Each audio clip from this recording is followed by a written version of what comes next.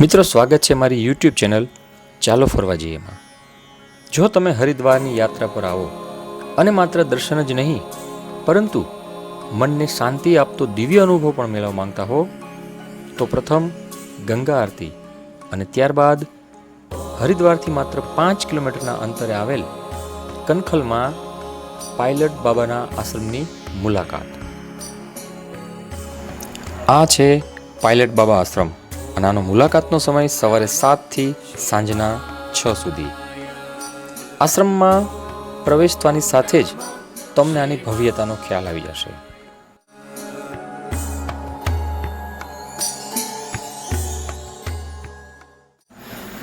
મહાયોગી pilot બાબા દ્વારા આ આશ્રમની સ્થાપના કરવામાં આવી હતી। આ આશ્રમમાં હર વ્યક્તિ દીઠ તમારે 20 રૂપિયાની ફી ચૂકવવી પડતી હોય છે।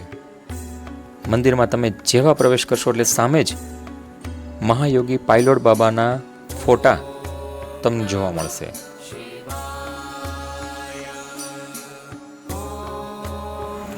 અંદર પ્રવેશતા જ તમને અહીંની ભવ્યતા અને કલાત્મક સ્થાપત્ય મંત્રમુગ્ધ કરી દેશે।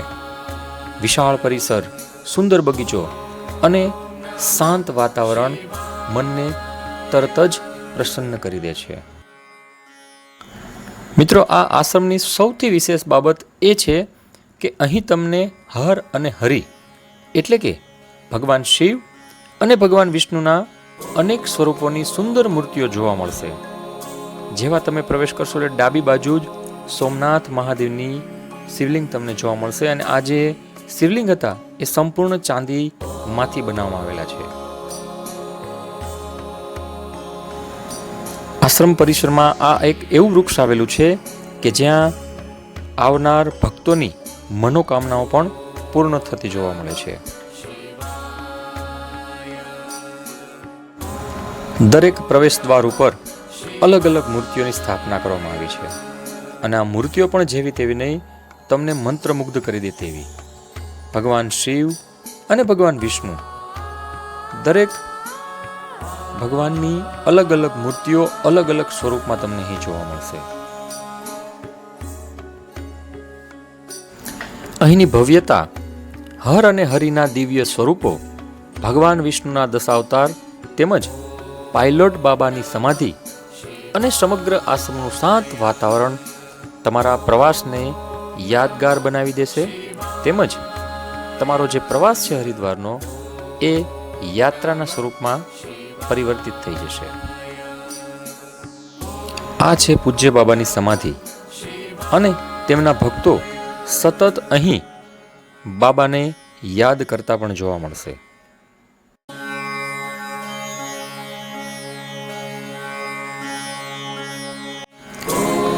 આ આશ્રમની સ્થાપના મહાયોગી પાયલોટ બાબાએ કરી હતી। ઘણા લોકો તેમને માત્ર એક સંત તરીકે ઓળખે છે, પરંતુ તેમનું જીવન અત્યંત પ્રેરણાદાયક રહ્યું છે।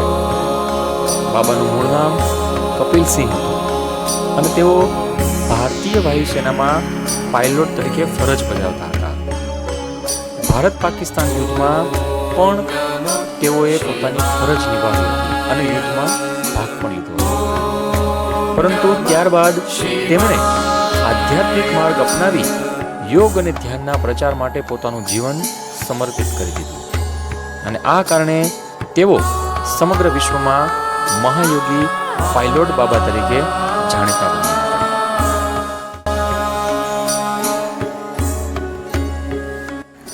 આશ્રમની અંદર તમને રામ દરબાર હોય, શિવ દરબાર હોય કે ભગવાન વિષ્ણુના દશા અવતાર હોય, દરેકના તમને અહીં અલગ અલગ મૂર્તિઓ જોવા મળશે। અહીં ભગવાન વિષ્ણુના દશા અવતારનું પણ સુંદર દર્શન થાય છે। મત્સ્યથી લઈને કલ્કી અવતાર સુધીના આ તમામ મૂર્તિઓ અહીં સ્થાપિત કરવામાં આવી છે। આ રચનાઓ ભારતીય સંસ્કૃતિ અને પુરાણોના ગૌરવને જીવંત બનાવે છે। તમે જ્યારે આશ્રમમાં આવશો ત્યારે તમને એક અદ્ભુત દિવ્ય અનુભવ થશે।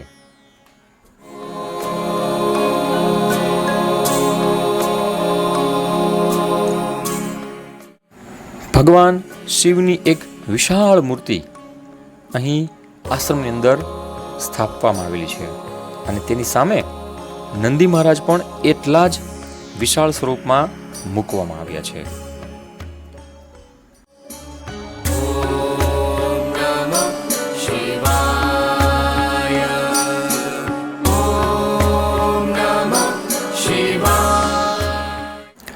પાયલોટ બાબાના ભક્તો માટે સુંદર મજાનો આશ્રમ અને તેમાં રોકાવાની સગવડતા પણ અહીં આશ્રમ દ્વારા કરવામાં આવે છે. હરિ હોય કે હર હોય કે પછી માતાજી હોય, દરેકના સ્વરૂપો અહીં તમને જોવા મળશે.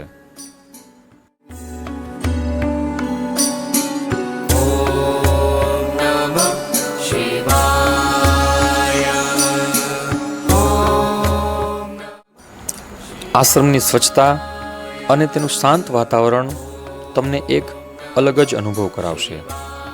સાથે અહીં એક સુંદર મજાનો બગીચો છે કે જેની અંદર ઔષધો વિશેની માહિતી છે અને સાથે સાથે એક નાનકડું પક્ષી ઘર પણ આવેલું છે. તો તમે જ્યારે પણ હરિદ્વાર પધારો ત્યારે હરિદ્વારથી માત્ર 5 કિલોમીટરના અંતરે આવેલ કનખલની અંદર તમારે પાયલોટ બાબા આશ્રમની મુલાકાત લેવી જોઈએ.